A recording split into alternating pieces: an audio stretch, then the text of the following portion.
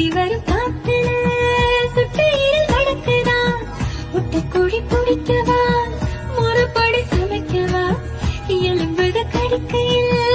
என்ன கொஞ்சம் நினைக்கவா மஞ்சோடு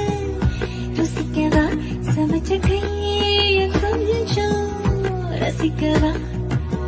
முடக்கத்தை ரசம் வச்சு முடக்கத்தான் பாக்குறேன் ரெட்டை தோசை சுட்டி வச்சு தாவ காக்குறேன் தங்குதான் நிக்கிறேன் மண்டரி